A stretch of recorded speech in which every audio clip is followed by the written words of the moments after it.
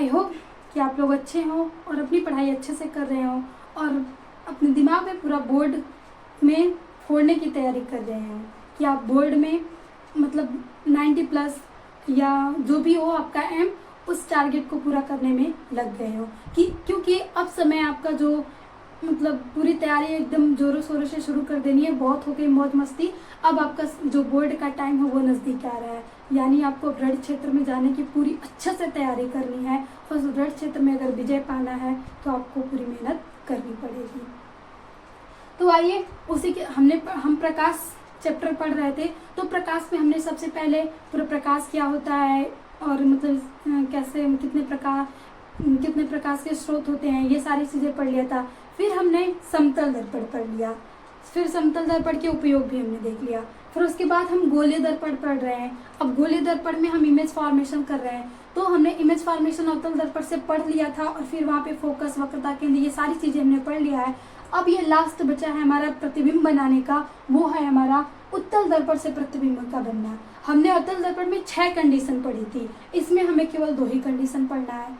और देखिए उत्तल दर्पण हमें पता है कि वो उभरा हुआ भाग होता है और जो इसका दबा हुआ भाग होता है उस पर हम कलई करते हैं। तो इसमें 2 ही कंडीशन बचती है, क्योंकि इसका जो फोकस वक्रता केंद्र होता है वो इधर होता है। इधर तो होता नहीं है कि हम यहाँ पे वस्तुओं को रखेंगे, हम दर्पण के सामने ही तो वस्तु रखेंगे अगर हमें प्रतिबिंब बनाना है तो। अब पीछे पॉलिश किए, अगर मान लीजिए हमें मिरर देखना है तो मान लीजिए सुंदर सा वो पैक वैक रहता है, अगर हम उसको शीशे को उसमें निकालते हैं तो देखते हैं तो पीछे कलाई की होती है, रेड अप साइड लगाया गया होता है, लिप लगाया गया होता है। तो हम अगर शीशा देख रहे हैं तो उसको उल्टे देखेंगे तो हमें प्रतिबिंब दिखेगा नहीं, हमें शीशे को जो परावर्तक सतह है उधर हम खड़े होंगे तभी हम अपना इमेज देख पाएंगे। तो इसमें भी हम वस्तु को सामने ही रखेंगे। ये हो गया हमारा मुख्य अक्ष, ये हमारा कहीं फोकस हो गया और ये हमारा कहीं वक्रता केंद्र हो गया। अब हमें वस्तु को रखते हैं, तो इसमें जो पहली कंडीशन है वस्तु अनंत पे हो, वस्तु अनंत पर, सॉरी लिखते हैं फिर प्रतिबिंब बनाना है, वस्तु अनंत पर हो। अब हम वस्तु को कहीं अनंत पे रख लेंगे, फिर वहां से क्या करेंगे, इमेज बनाएंगे।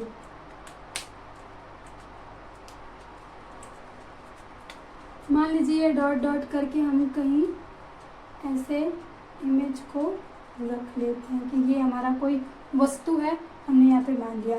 तो सबसे हमें पहले पता है कि हम यहाँ पे अगर ले जाएं तो समांतर किरणें यहाँ से आएंगी। सॉरी ये थोड़ा सा टेढ़ा हो गया, यहाँ से समांतर किरणें आई। अब ये परावर्तन के पश्चात इधर चली जाएंगी, ये हम मान लेंगे कि इधर जा रहे हैं, इधर से आके। तो अब इधर तो ये कहीं मिलेगा नहीं, हमें प्रतिबिंब तो इधर बनाना है ना।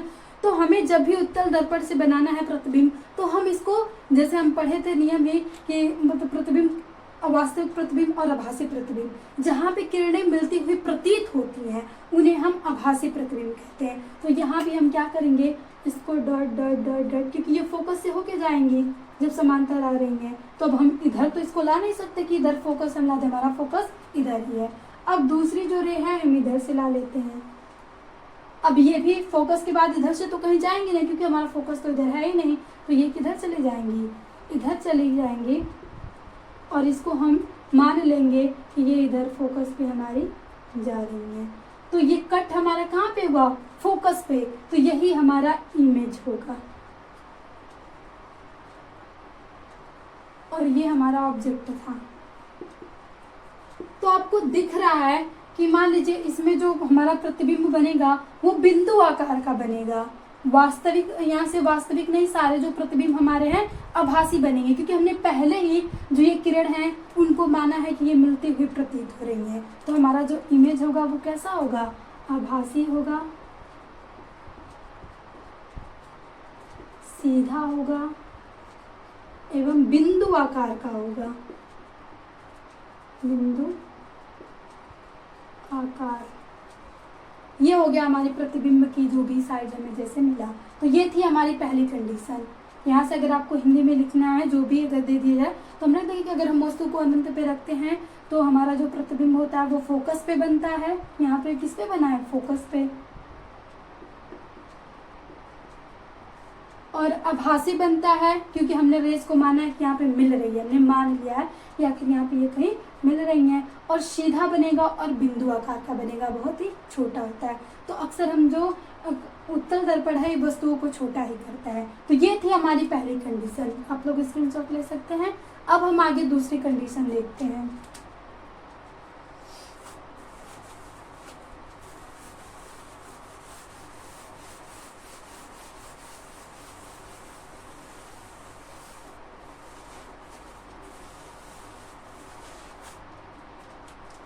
यहाँ से जो हमारी दूसरी कंडीशन एंड लास्ट कंडीशन है वो है कि वस्तु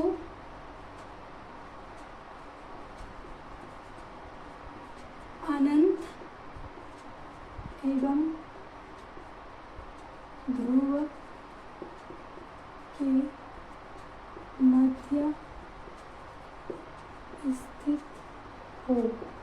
अब इस कंडीशन में हम देखते हैं प्रतिबिंब कैसा बन रहा है। तो हमें बनाना किससे है, उत्तल दर्पण से। तो सबसे पहले हम उत्तल दर्पण लाएंगे। तो ये हो गया हमारा उत्तल दर्पण। अब यहाँ से हमने मुख्य अक्ष बना लिया, ये हो गया हमारा मुख्य अक्ष। यही हमारा परावर्तक सतह है और ये हमारा कलय की गई सतह है, पेंटिंग जो की गई है। अब हम वस्तु को मान लीजिए इधर डॉट डॉट कहीं अनंत होगा और ये हमारा ध्रुव है, तो हम यहाँ पे इन्हीं के बीच में वस्तु को रख लेंगे। तो ये हो गया हमारा वस्तु। अब इसका कहीं हमने फोकस मान लिया और मान लीजिए इधर हम बढ़ा लें, तो ये हमारा वक्रता केंद्र हो गया।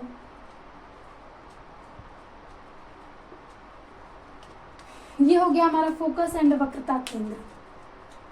अब हमें प्रतिबिंब को बनाना है, तो सबसे पहले हम यहाँ रे को लाएंगे।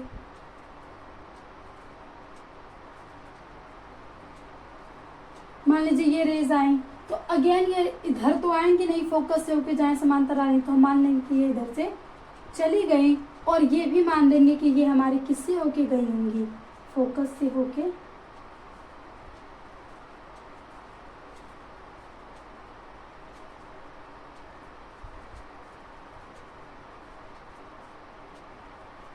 चली गई होगी। तो ये हो गया हमारा फोकस से पहले रे। अब हम दूसरी को मानेंगे कि हम वक्रता केंद्र से गुजार रहे हैं। ये हमारी वक्रता केंद्र से आ रही है और ये इधर से आएगी और हमें पता है जब वक्रता केंद्र से हम मानेंगे तो ये वक्रता केंद्र से ही वापस लौट जाएगी।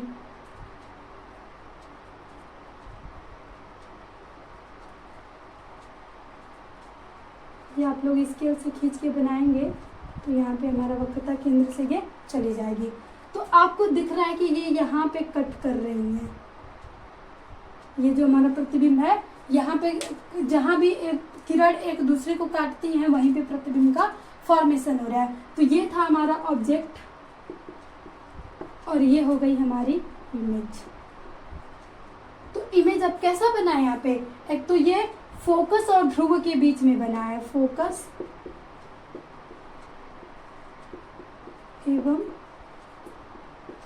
ध्रुव के मध्य बना है। और हमारा उत्तल दर्पण है, तो हमें अभी ये भी पता है कि हमने रेस को आभासी माना है, कि हमने मान लिया है कि ऐसे मिल रही है। तो जब हमने माना है तो प्रतिबिंब भी हमारा क्या बनेगा, आभासी ही बनेगा।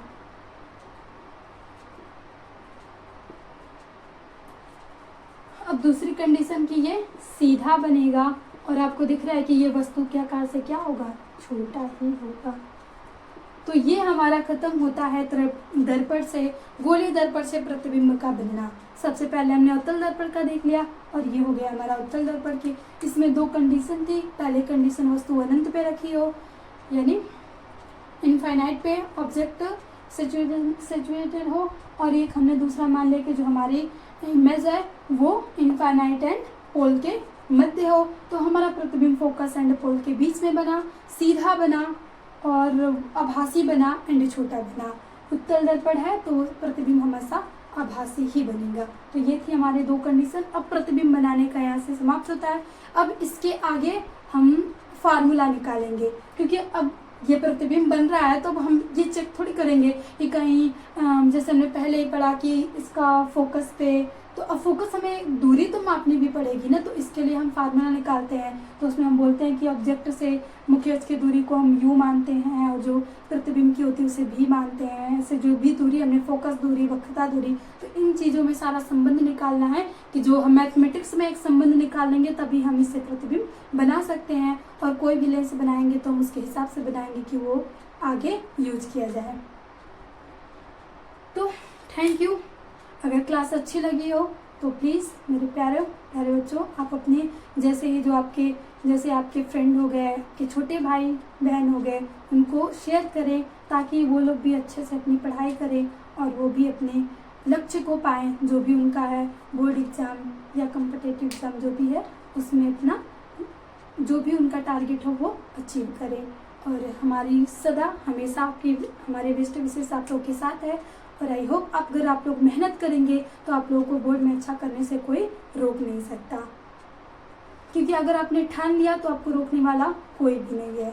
वो कहा जाता है ना कि अगर आप मेहनत करने लगे, किसी चीज़ को शिद्दत से चाहें तो पूरी कायनात मिल जाती है उसको मिलाने में। तो यही होगा, अगर आप अपने बोर्ड के लिए पूरी तरह से प्रिपरेशन करने लगेंगे कि नहीं हमें 90 प्लस 95 प्लस लाना है, अगर आप उस तरह से मेहनत करेंगे तो सारी चीज़ें फिर पहले तो होंगी, थोड़ा आपके अपोजिट सारी चीज़ें आएंगी। पहले मुसीबतें सबके राह में आती हैं, जो भी कोई भी आज तक मुसीबतें आई हैं, लेकिन उस मुसीबतों को झेल कर जो आगे बढ़ा है उसी ने इतिहास रचा और उसी ने अपना गोल अचीव किया और उसी की एक संघर्ष कहानी बनी है। तो देखिए मुसीबतें ही तो आती हैं कि जो हमें, अगर हम सफल होंगे तो ये कहानी बनाने के लिए कि हमने इतनी मुसीबतें झेली थी। तो इसी तरह आप हमेशा मतलब मोटिवेट रहें और अपने अचीव को, अपने जो भी अपने का गोल है उसको अचीव करते रहें। तो थैंक यू, मिलते हैं नेक्स्ट सेशन में।